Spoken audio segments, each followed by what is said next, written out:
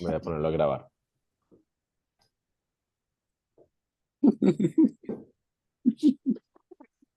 Bueno, No vimos a Valeria, no la vimos. No, muy bien. Recuérdenme intentar borrar este primer pedazo antes de subir el video a YouTube. Ese Sí. también. Sí, desde ahí. Muy bien. Voy a invitarlos a que volvamos a repasar un poquito de la historia del Nuevo Testamento. Voy a hacerlo sin mirar la imagencita. Entonces, ustedes mirando la pantalla, mirándome a mí, recuerden cuáles son los cuatro periodos o los cuatro puntos principales de la historia del Nuevo Testamento. Si ustedes les dicen, recuerden o explíquenme la historia del Nuevo Testamento, lo primero a lo que pueden acudir es estos cuatro puntos principales. los evangelios, Muy bien, eh, los No, hechos, Hechos, muy perdón, bien. Evangelios, Hechos, cartas, las cartas, Y Cartas el y primero que Apocalipsis. tenemos es la encarnación. Apocalipsis. Muy bien, entonces ya vamos a ir más en detalle como María Nancy quiere ir, pero entonces lo primero, estos cuatro punticos hacen referencia a los cuatro tipos de literatura que tenemos en Ah, el ya, Nuevo ya, ya, ya. Testamento. Muy bien. Entonces, Entonces, Evangelio, Evangelio, el libro de Hechos, que es un único libro, las cartas sí, y carta, Apocalipsis. Muy bien. Eso es algo facilito que podemos Apocalipsis. recordar sin mucho problema. Ahora sí, si vamos a ir en un poquito más de detalle, pensando en Carta, los eventos que sucedieron y que nos narra el Nuevo Testamento, ¿por dónde empezaríamos? María Nancy, si quieres, usted empieza con lo que dijo. con la encarnación. Muy bien, la Ya, encarnación, Dios hecho hombre. significa Dios hecho hombre. Sí. Muy bien, Ya después viene el libro de los Hechos, que nos habla como de la iglesia primitiva, la formación de la iglesia, muy bien. Antes de llegar al libro de la Hechos, llegada del Espíritu Santo y todo eso. antes de ¿Qué llegar más? a esta parte, encarnación, que es desde el momento del nacimiento, todo lo que Jesús vive, que es un Sí. Dios hecho hombre, pero la obra de Jesús tiene un punto culminante que no, que creo que es bien clave dentro de Claro, cómo. claro, porque viene, la resurrección. porque, la resurrección. no, porque viene, digamos, el ministerio de Jesús, ¿cierto? Ujú, Luego viene la crucifixión y por muy bien. último, pues la Podríamos tenerlo en resurrección. el relato de los evangelios, podríamos resumirlo en esas tres cosas: encarnación, Sí. crucifixión y resurrección.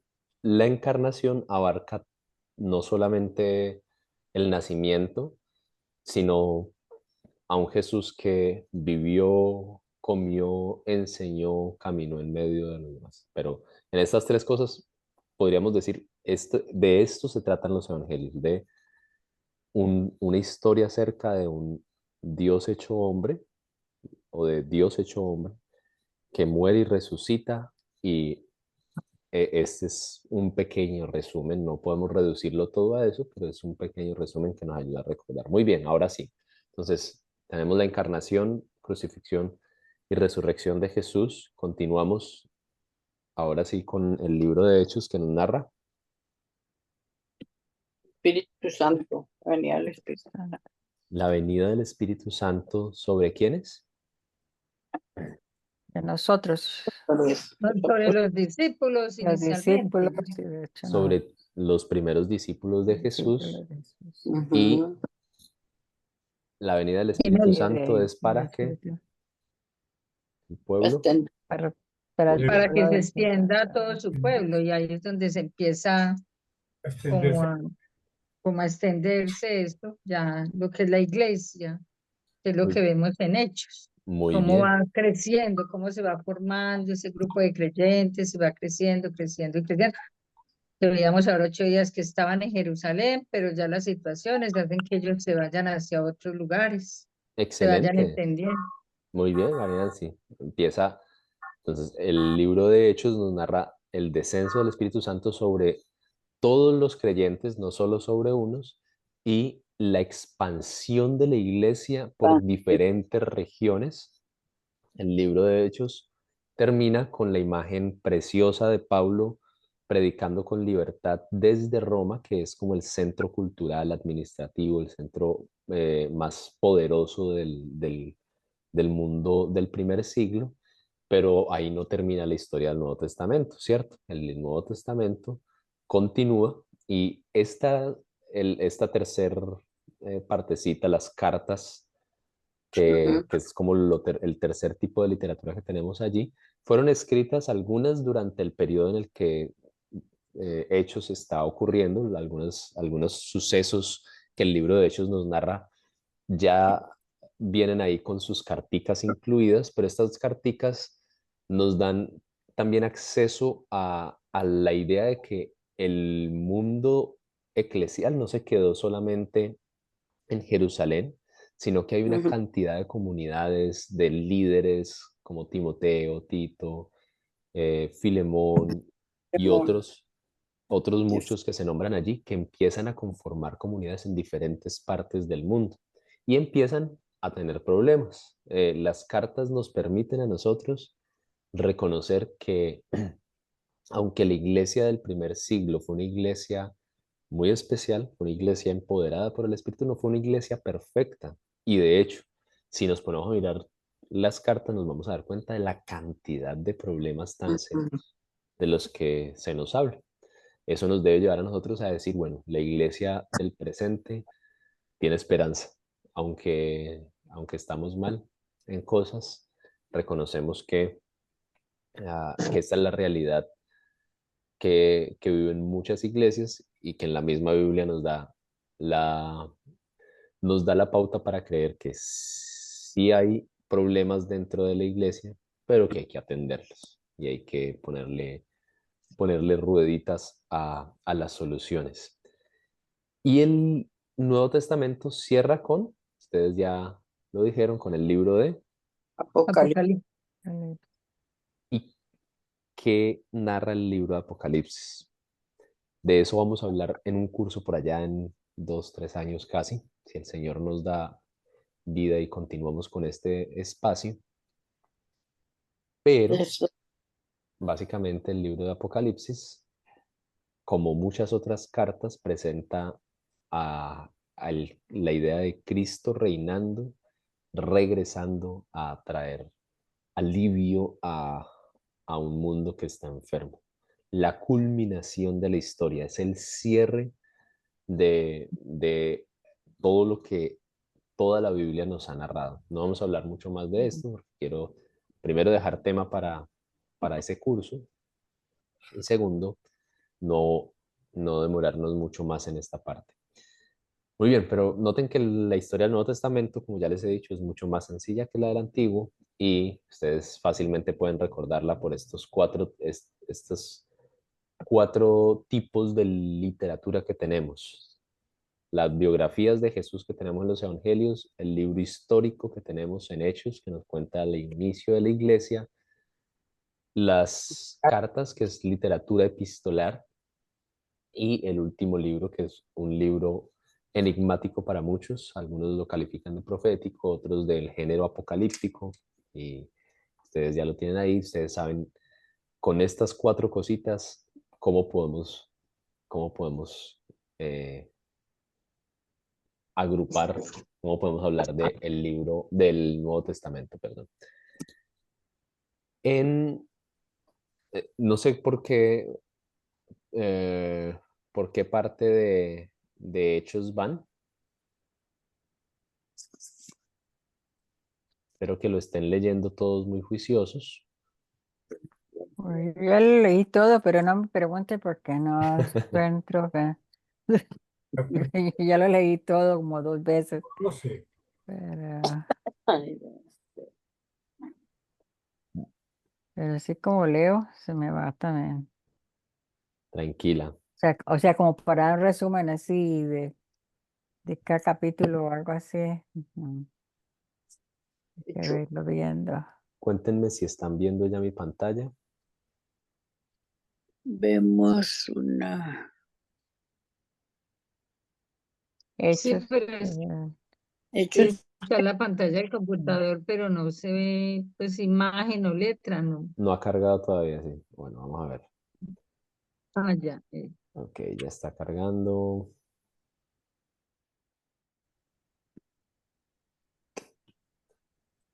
Rápidamente, otro pequeño repaso mientras carga la imagen. ¿Quién es el autor de Hechos, según lo que hemos hablado acá en este curso? Lucas, ¿eh? Lucas. ¿Y por qué creen que es Lucas?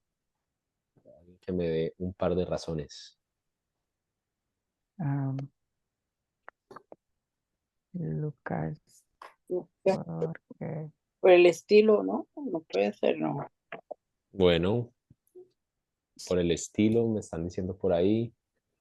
Por la persona a la que fue dirigida, que es a Teófilo y lo mismo, y habla del primer tratado que hizo, o sea, el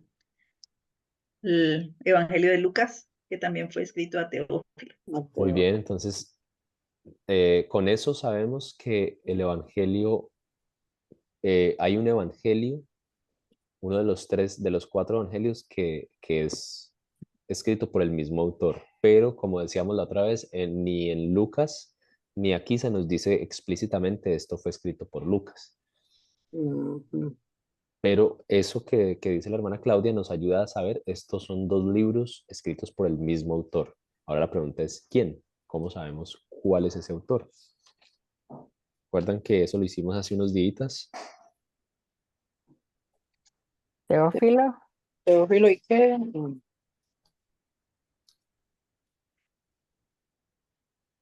Bueno, si no se acuerdan, miremos rápidamente capítulo 16, versículo 11 y 12 y me dicen a ver si eso les refresca la memoria.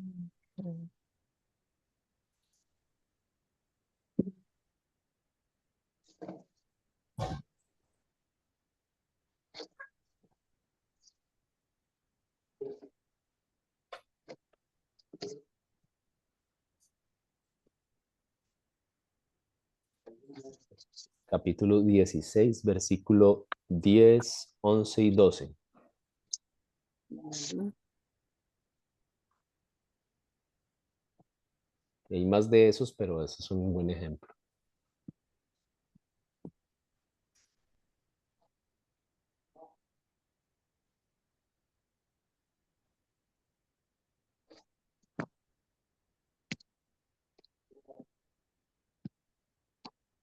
La visión de Pablo para que fuera nombrado a Macedonia. Es algo muy sencillo, pero Es Timoteo, ¿no? Está escribiendo en Timoteo, plural. ¿cómo, don René? Está escribiendo en plural. Está incluyendo. En plural y en, porque puede decir ellos y eso sería Ah, plural. ya. Ah, eso ahí volvió esa neurona que estaba por allá guardada. Decir, ah, ya. Cuénteme, doña Luz. No, sí, que está ahora él está hablando. Nos preparamos para partir. Muy Nos había bien, llamado a anunciar la noticia, sí. muy bien. Eso es algo que no ha pasado en el Evangelio de Lucas y que no ha pasado aquí en Hechos, sino hasta el capítulo 16. Y ahí ustedes van a ver varios de esos desde el capítulo 16, pero por momentos va a desaparecer y va a volver a hablar de ellos, de Pablo y ellos estaban haciendo esto. Pero esas secciones de nos, de nosotros, en donde se incluye el autor, muestra que el autor participó de algunos de los viajes misioneros de Pablo, fue un compañero de Pablo en algunos lugares y a la luz de eso, entonces ya podemos decir, el autor de Lucas o del evangelio que lleva este nombre, el tercer evangelio, llamémoslo por ahora así, el autor del tercer evangelio que es dirigido a Teófilo y el autor de este libro que es también dirigido a Teófilo fue un compañero de viaje de Pablo. Ahora, cuando ustedes se ponen a mirar los nombres que Pablo menciona o perdón, que el autor aquí menciona, van a notar que faltan varios, que faltan de los nombres de colaboradores de Pablo, faltan algunos, falta algunos de los que Pablo menciona en sus cartas. Falta el nombre de Lucas y algunos otros. Y a la luz, yo no sé si ustedes se acuerdan que Lucas es mencionado en otra parte. ¿Alguien se acuerda dónde es mencionado Lucas? Ah, Sobre Pablo, sobre Rubens.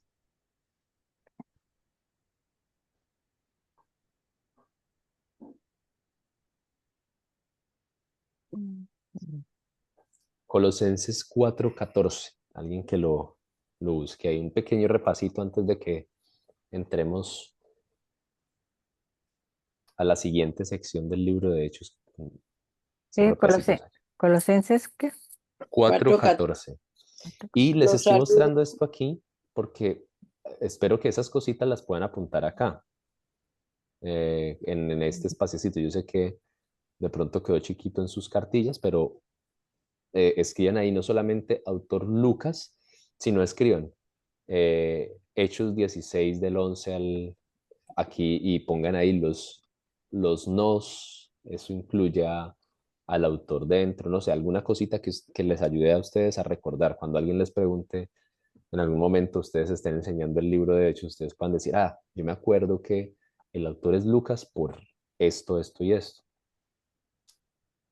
Colosenses 4:14. Sí, Os saluda Lucas, el médico amado y Demas. muy bien. Eh,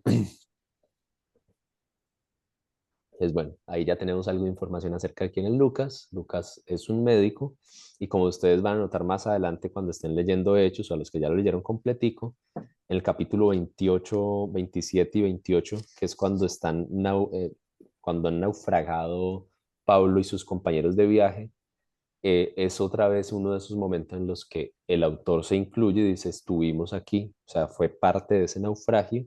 Y una de las cosas que dice es que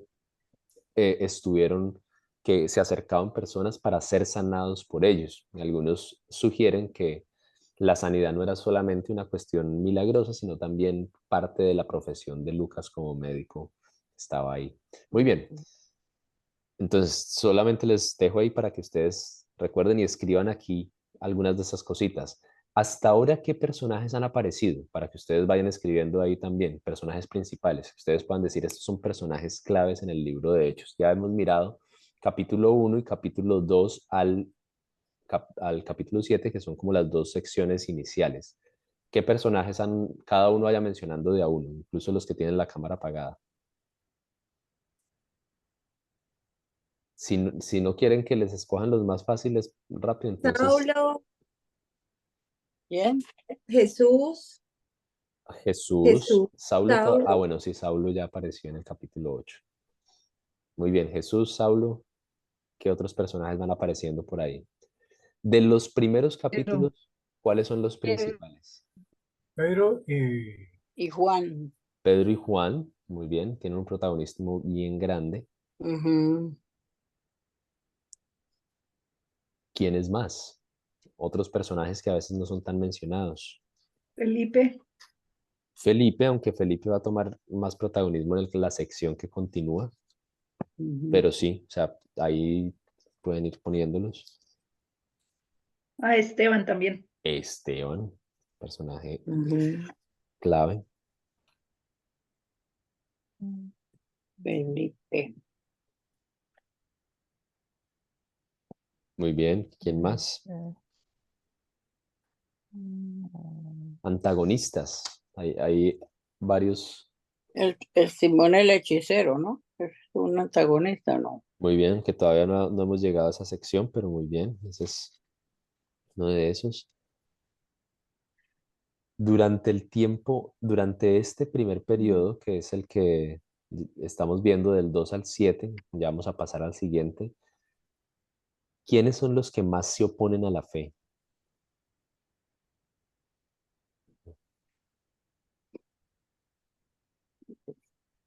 Los- los- durante en esta primera parte. Bueno, judíos, Judíos, Los sacerdotes, específicamente cuáles, sí, doña Luz. los fariseos, los saduceos, ¿no? Fariseos, quiero que me ayuden a buscar si encuentran fariseos por ahí en la primera parte. Porque sí los hay, pero no, pero son más los saduceos, muy bien. Saduceos. ¿Alguien se acuerda quiénes son los saduceos? Los que no creen en la resurrección Muy bien. No Mm, creen en la resurrección, no creen en algunas cosas como ángeles u otras cosas como un poco más, eh, cosas que no están tan fuertemente atestiguadas en el Antiguo Testamento. Los fariseos sí creen en la resurrección, sí creen en los ángeles ujú. y algunos dicen son un poco más atrevidos en la interpretación y en ir un poco más lejos los fariseos, ir un poco más lejos para eh, crear doctrinas que no están precisamente en el Antiguo Testamento. ¿Qué más son los saduceos?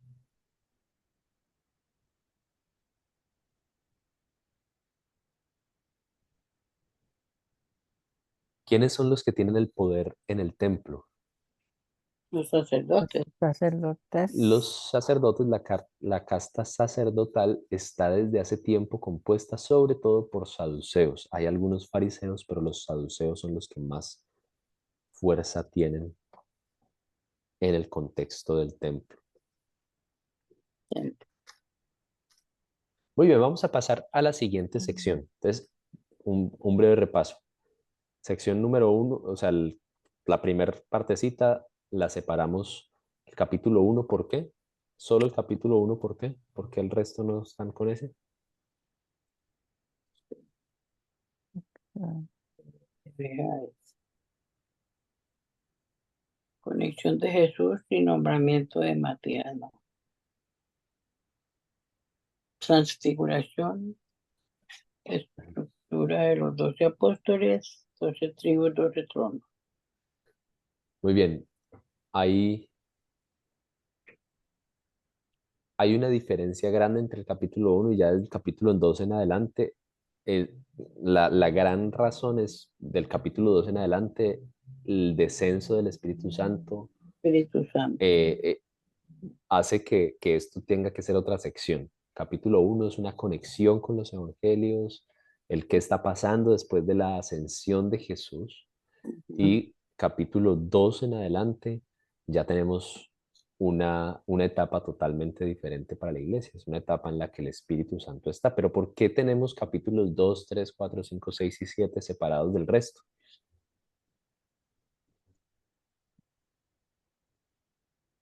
Eso lo dijimos hace 8 días. ¿Por qué?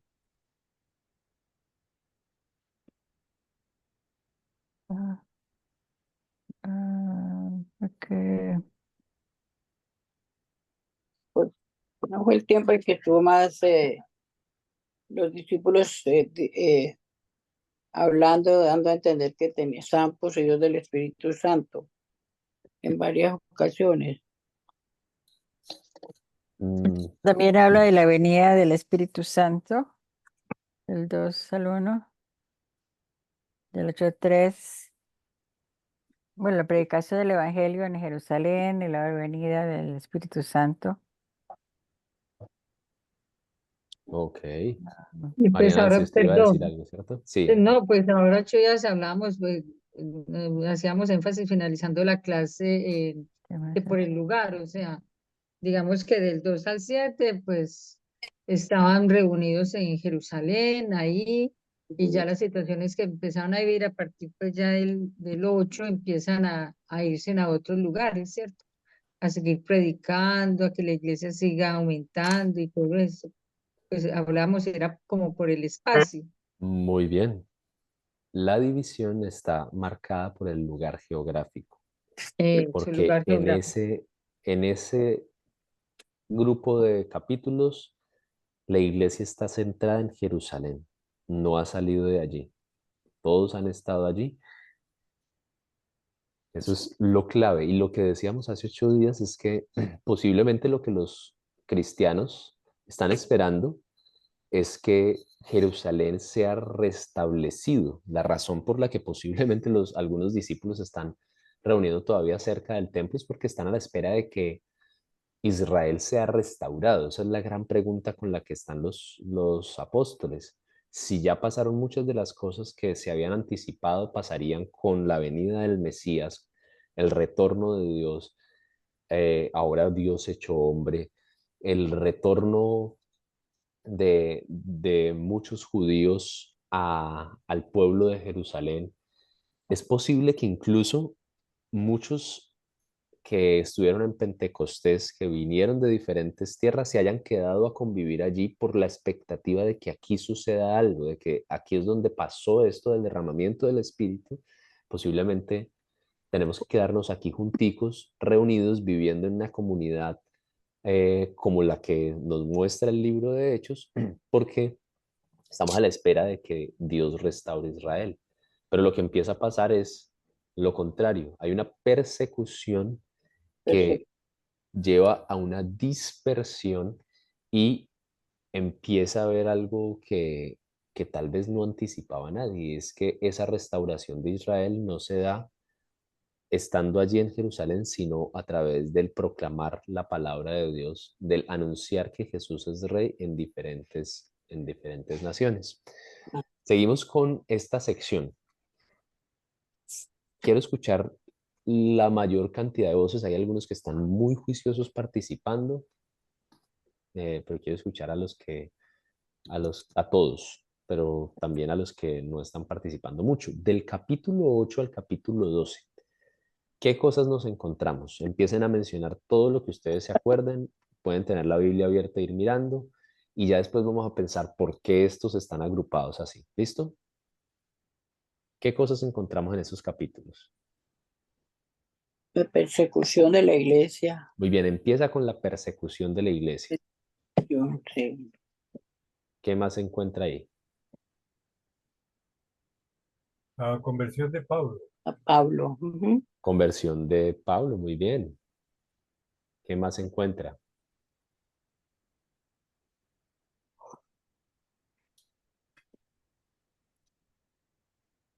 Felipe, Sí. María. Muy bien. A uno de estos diáconos en Samaria, Felipe. ¿Qué más Empiezan hay? a salir de Jerusalén. Ya, muy bien, hay una salida de Jerusalén. ¿Qué otras cosas hay por ahí? Hay una muy importante que se consume En casi el 2 capítulos. capítulo 10 dice que los gentiles empiezan a escuchar las buenas noticias, o sea, empiezan a escuchar acerca de Jesús. Eso es importante porque son los gentiles donde se demuestra que el mensaje de salvación no es solo para el pueblo de Israel, sino que es para todo. Entonces, eso es Muy importante. bien, muy bien, muy bien, muy bien, muy bien. Muy bien. ¿Qué otras cosas hay por ahí?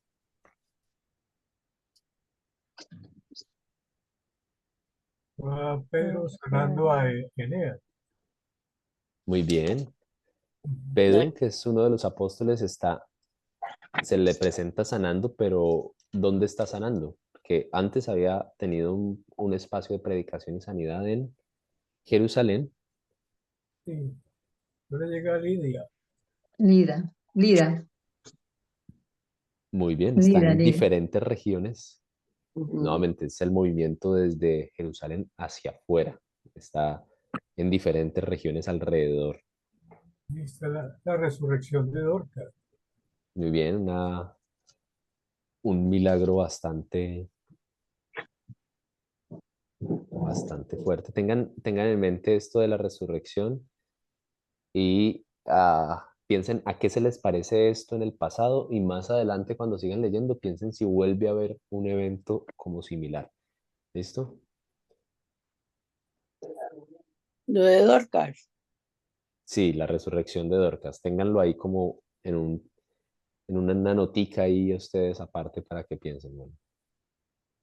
Ya, esto había pasado o esto se parece a algo que sucedió en el pasado. Y cuando vayan leyendo más el libro de Hechos, noten si van a encontrar algo que se parezca otra vez a esta resurrección. ¿Qué otras cosas encuentran?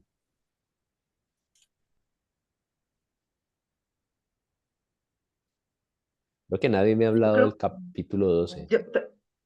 yo creo que es algo importante de mencionar que sí, empezó a predicarse a los gentiles, pero no solo eso, sino la confirmación de que ellos también recibieron el Espíritu Santo, que eso los sorprendió a ellos, porque ellos yo creo que pensaban que estaba bien predicarles, pero ellos nunca pensaron que el Espíritu Santo iba a descender sobre ellos también, porque para ellos fue, llegó la noticia a Jerusalén y se quedaron asombrados de que los gentiles también recibieran el Espíritu Santo.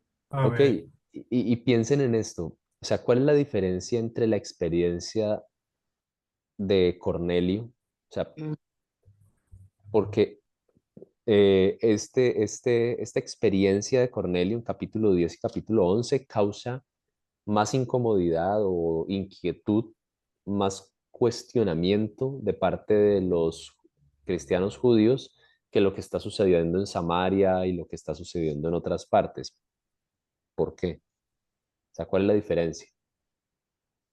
Ya Felipe había venido predicando en Samaria y noten que en Samaria, capítulo 8, versículo 14 al 17, noten que en Samaria ya Pedro había ido a orar por estas personas y estos samaritanos habían recibido el Espíritu Santo. Pero más adelante, cuando Pedro va a donde Cornelio, noten que hay un rechazo, o sea, hay varias cosas en ese relato que lo muestran como algo más grande todavía, porque es que incluso él se siente, o sea, necesita recibir una visión para poder entrar a la casa de Cornelio, para poder acercarse a Cornelio. Y cuando habla con él y el Espíritu desciende sobre él, eso pues les genera un shock a ellos y a los otros que están después esperándolo en Jerusalén. ¿Cuál es la diferencia?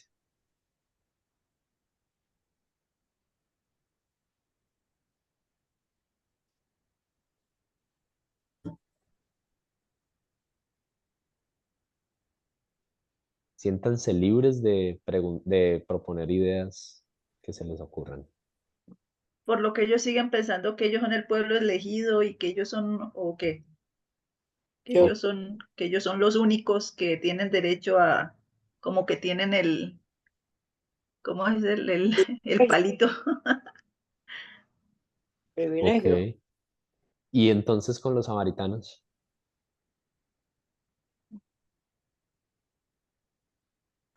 o sea, ¿por qué no le pusieron problema a Pedro? ¿Por qué Pedro no se sintió tan incómodo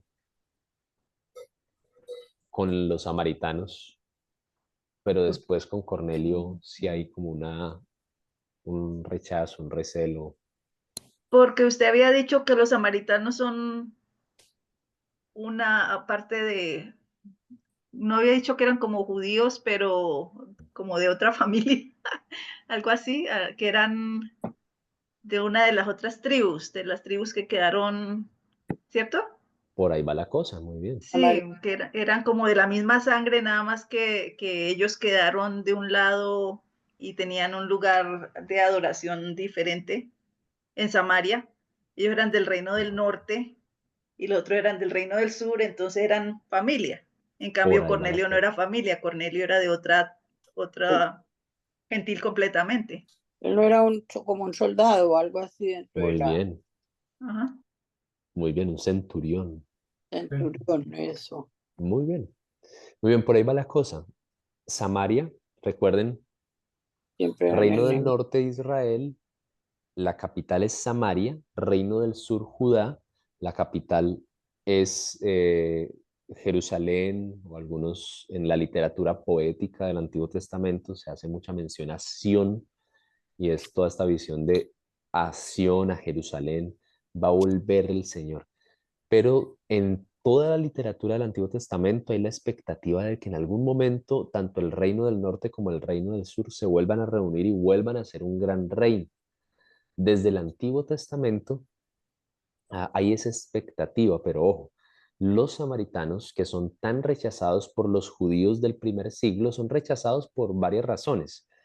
Una de esas es que si ustedes leen en segundo libro de Reyes, capítulo 17, van a darse cuenta que cuando el reino del norte es llevado al exilio, recuerden que el reino del norte es llevado al exilio ¿por quiénes? Eso lo vimos en el curso pasado con los libros históricos del Antiguo Testamento. ¿Quién lleva al reino del norte al exilio? Esta pregunta es solo para los que estuvieron en el pasado. Entonces.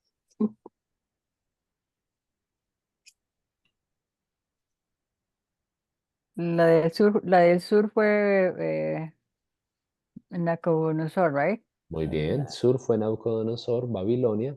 El norte, que fue antes, el norte fue 721 antes de Cristo. Ténganlo ahí en su mente, más o menos por esa fecha. Y fue otro de los grandes imperios, el imperio asirio. Asiria, Asiria cautivo de Asiria. se lleva cautivo lo mejor de la tierra, pero vuelve a repoblar Samaria con una cantidad de personas de diferentes poblaciones. Y parte de lo que dice el segundo libro de Reyes, capítulo 17, es que en esta población, en este lugar quedaron de diferentes partes, quedaron ubicados de diferentes partes y aún seguían adorando a Yahvé, seguían adorando a Dios, pero sin conocerlo y trayendo una cantidad de lo que nosotros hoy llamaríamos sincretismo. El sincretismo es la unión de diferentes creencias. Entonces venía una persona de por allí de la India y traía sus dioses, y venía el otro de Egipto y traía sus dioses, y venía el otro de otras partes, el de Filistea, y traía sus dioses, y había una mezcla de creencias que es parte de lo que va a generar de parte de los judíos de pura cepa un rechazo hacia los samaritanos. Más adelante en la reconstrucción ustedes van a tener a uno de los samaritanos también siendo un problema para la reconstrucción tanto de las murallas como del templo, y más adelante en el mundo del primer siglo ustedes van a encontrar una dinámica de rechazo hacia los samaritanos por diferentes razones, pero el punto es que Cornelio es el primero que es gentil, gentil, aunque Sí. tenemos ahí el relato de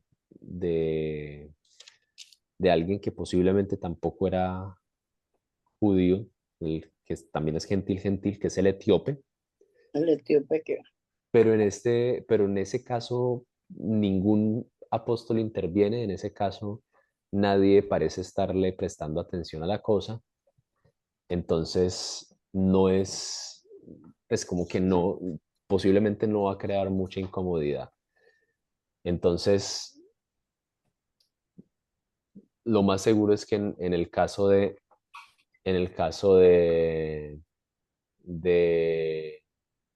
Cornelio, que es el primero que sí es totalmente gentil y que va a ser bautizado por Pedro, que va a recibir el Espíritu Santo, pues esto va a generar muchísimo más interés y más incomodidad.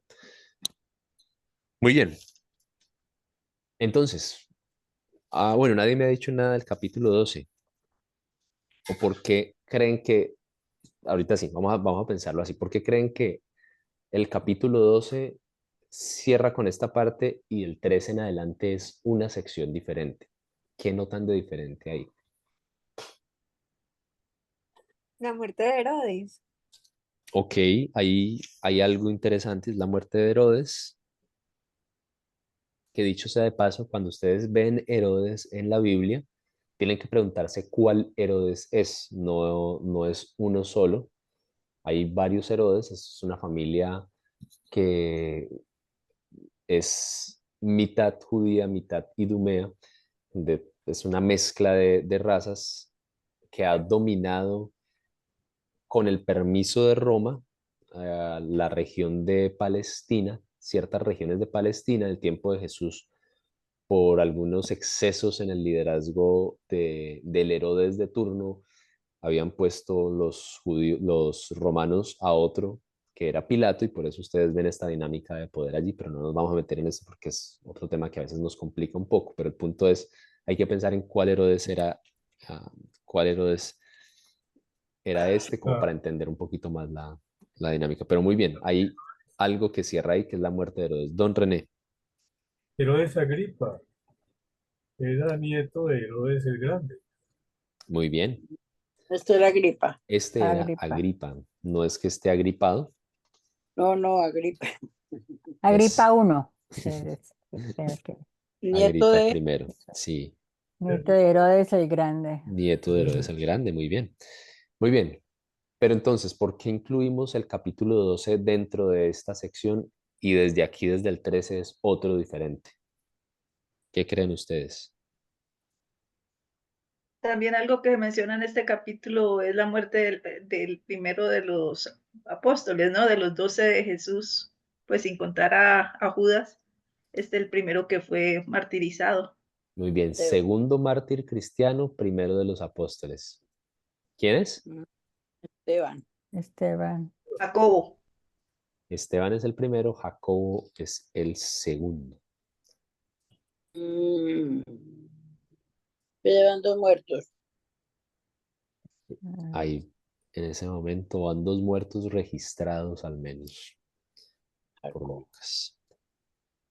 Muy bien, ¿qué diferencia ven ustedes entre el capítulo de 13 y el capítulo o los capítulos anteriores?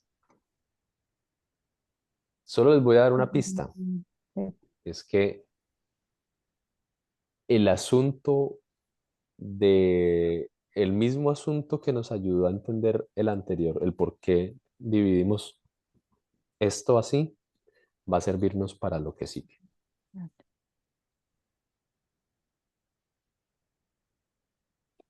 Ah, tuve una nota que dice la iglesia de Antioquía era la iglesia misionera, o sea que como que empieza Y aquí es Grecia. aparecerse en las iglesias. Perdón. Porque empieza, perdón, o que empiezan, ahí dice que empiezan los viajes de Pablo. Ok, entonces, aunque a mí no me encanta que se guíen mucho por los títulos, pero lo que están diciendo va por el lado correcto. Otra vez, el asunto geográfico nos ayuda aquí. Cambian de espacio. Muy bien, cambian de espacio. Desde el capítulo 13 en adelante van a pasar varias cosas. Una de esas, que es tal vez la principal, es que el, el evangelio va a empezar a extenderse por otra cantidad de regiones. Entonces, empezamos capítulos del 2 al 7 en Jerusalén. Capítulos 8 al 12, el resto de Judea y Samaria. Pero desde ahí, desde esos capítulos, ya se están dando anticipos de que parece que va a ir más allá. No se va a quedar solamente en el resto de Judea y Samaria. Y a partir del capítulo 13 ya va a ser mucho más claro que el proyecto del Señor es el, sacar el anuncio de que Jesús es rey a diferentes regiones. Muy bien. Muy, muy, muy bien. Aparte de eso, ¿quién va a tomar más protagonismo? ¿Qué humano, qué persona va a tomar más protagonismo a partir del capítulo 13? Que en estos capítulos se nos introdujo, pero en estos capítulos vamos a mencionar los personajes a los que más le dedica tiempo Lucas, en estos capítulos 8 al 12. El 8 es casi todo de... Pedro, En el 8, ¿quién aparece más? Pablo dice acá. no, Mm, mm. Felipe. Felipe, muy bien. El 8 es casi todo de Felipe. 9 es casi todo de... La conversión de Pablo. Muy bien, 9 casi todo se le dedica a Saulo. Ujú. 10 y 11 vuelve y retoma el personaje uno de los personajes principales de los anteriores, que es Pero, Pedro, pero ahora ya no hay interacción con Jerusalén, sino con gente de afuera. La gente afuera. Y el 12, ¿quiénes están en el 12? Bueno, desde el 11, en la mitad del 11 vuelve a tomar otra vez protagonismo. ¿Quién? Paulo. Paulo. Y hay alguien por ahí que a veces uno no menciona mucho, pero que es muy importante en estos primeros capítulos. Al lado de Paulo, Bernabé. Bernabé.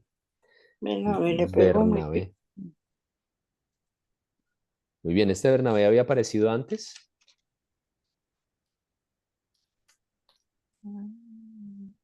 Pedro. Bernabé. Era una preguntita así a ver si de pronto lo habían visto antes en algún momento.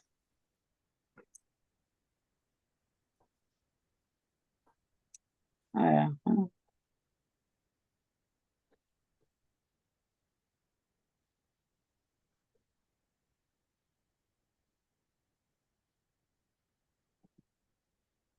¿Había aparecido Bernabé antes?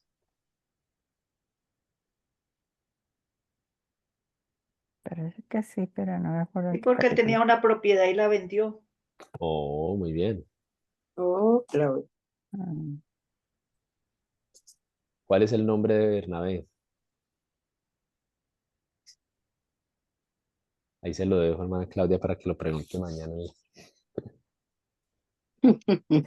Muy bien, Bernabé ya había aparecido antes. Muy bien, pero continuemos. Capítulo 12, otra vez vuelve, vuelve el foco a Pedro, pero pareciera que nos estuviéramos despidiendo de Pedro, como que ya Pedro va a ir perdiendo protagonismo después de esto. Se están narrando las últimas cosas, cosas muy especiales, cosas muy milagrosas de Pedro, como la resurrección, como la salida de la cárcel.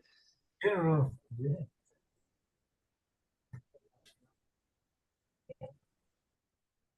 Y el cierre allí con la muerte de Herodes, pero a partir del capítulo 13, ya el protagonismo mayor lo va a tener otro personaje, Pablo. Pablo. Pablo Pablo. va a ser el protagonista que va a ocupar la mayor parte de páginas de hechos a partir de aquí. ¿Qué otras cosas notan en común en estos capítulos, en capítulo 8 al 12? Ustedes ahorita dijeron de una conversión. ¿La de quién? En Del esta tío, sección está la narración de una conversión. ¿La de quién? no es el etíope que va en la carreta. O ya pasó. Ah, porque si uno dice la conversión y piensa en estos capítulos, ¿cuál es la primera persona que se le viene a la mente? No. Conversión. Ah, Pues, ¿Qué dijo pues doña Pablo. Luz? Es Pablo. Pablo. Lo primero que se le viene a la mente a uno es Pablo. Pero doña Luz, usted Pablo. notó algo muy bueno y es que es la única conversión que hay en estos capítulos. no. No. También Noten está. algo. En la sección anterior se habló de conversiones individuales. No, en grupo. Muy bien, se habla de 3.000, luego de 5.000, Sí, pero cantidades, sí. no recuerdo una conversión en el capítulo, en esta sección, no recuerdo una conversión que Lucas mencione puntual, pero en esta sección que continúa, vamos a hacer la cuenta. Empezamos por el capítulo 8. Saulo. No, capítulo 8. Aquí dice 8 Saulo. No, No, Saulo, en el capítulo 8, Saulo estaba aprobando la muerte de Esteban, pero no está así.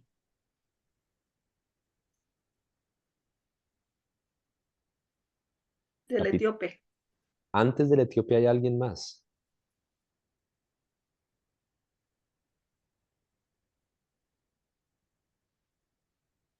También por Felipe.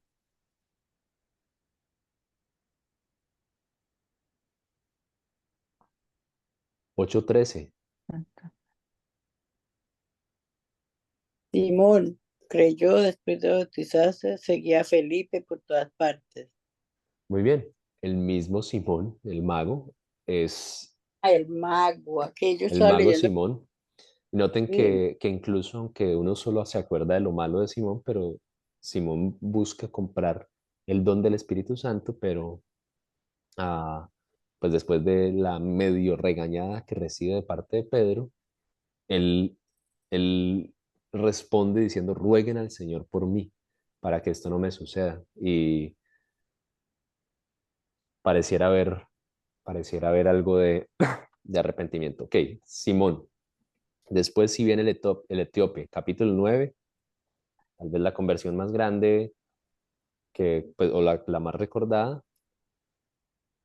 Mm, Saulo. Saulo. Muy bien, Conversión de muy Saulo. bien. Tenemos más aquí en el capítulo 9.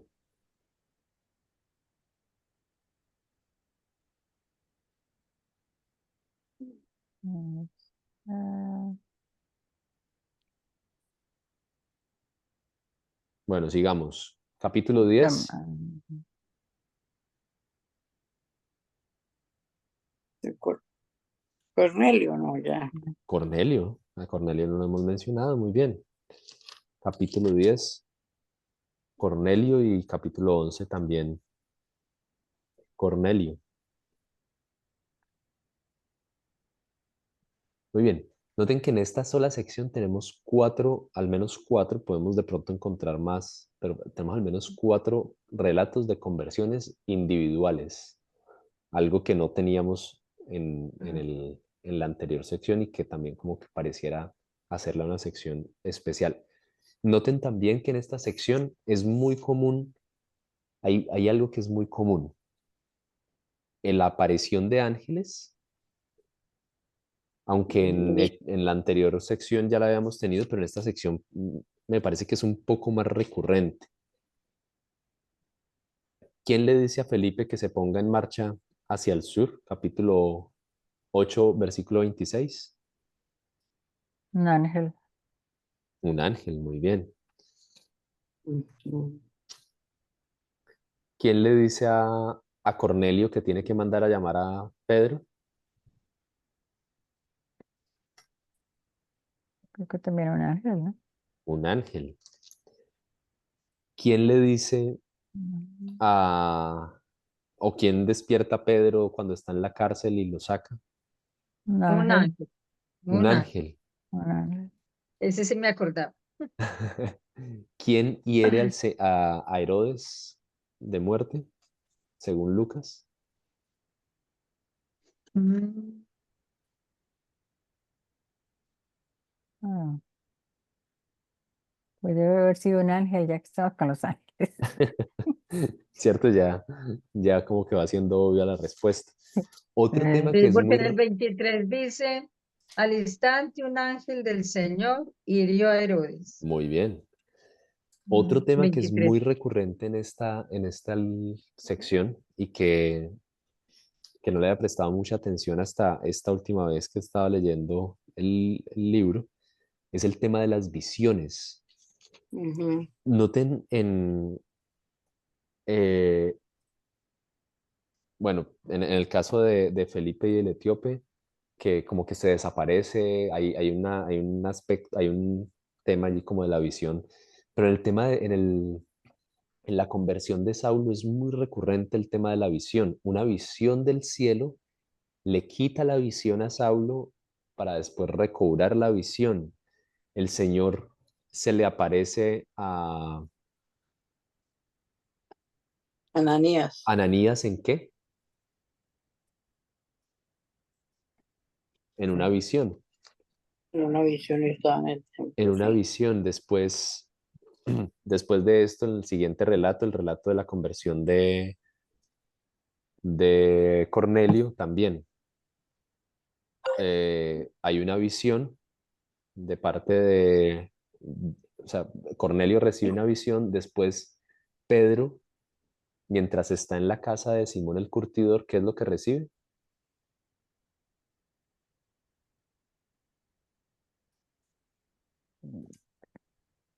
versículo, capítulo 10, versículo 10.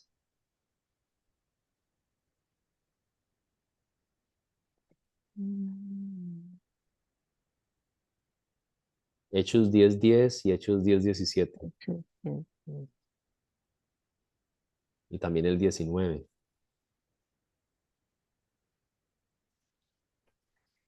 Dice que cayó en un estado de estas estasis. De éxtasis, muy bien. Éxtasis. Perdón.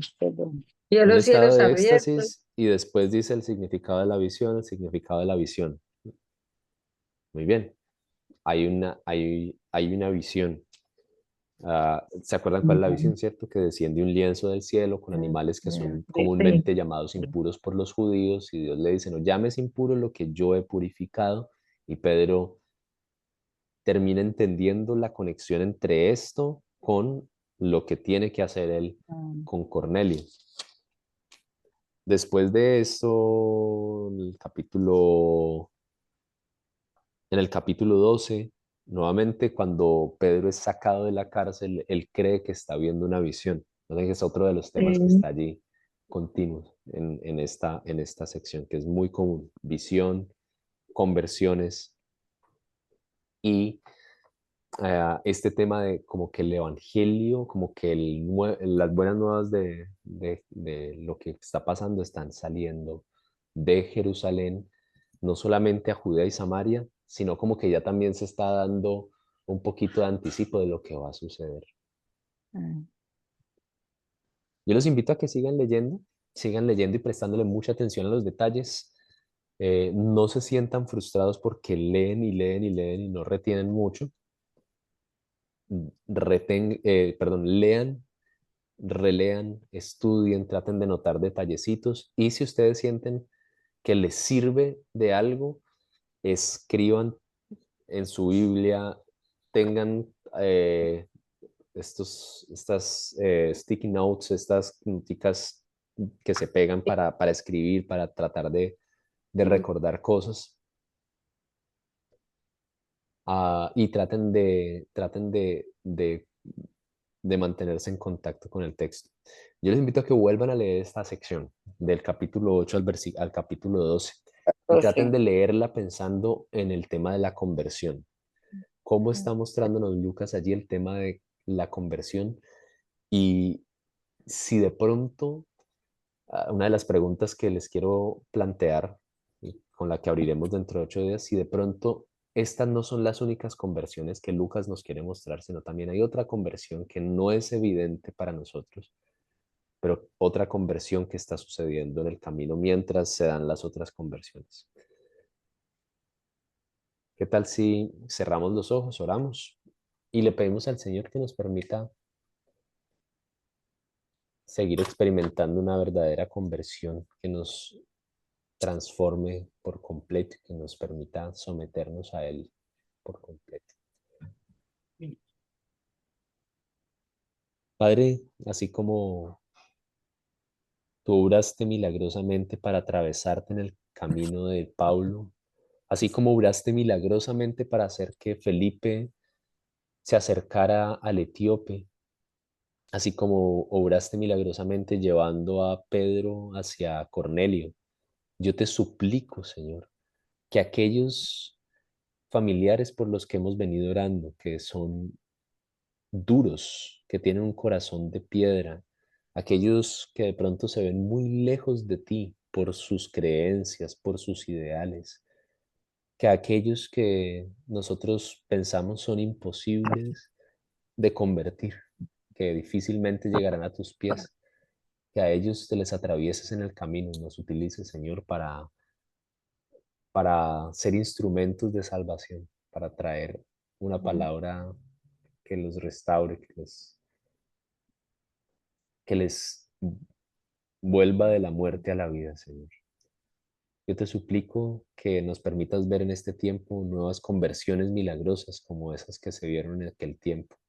Y nos permitas glorificarte, exaltarte y alegrarnos al ver cómo tú obras de una manera poderosa y milagrosa.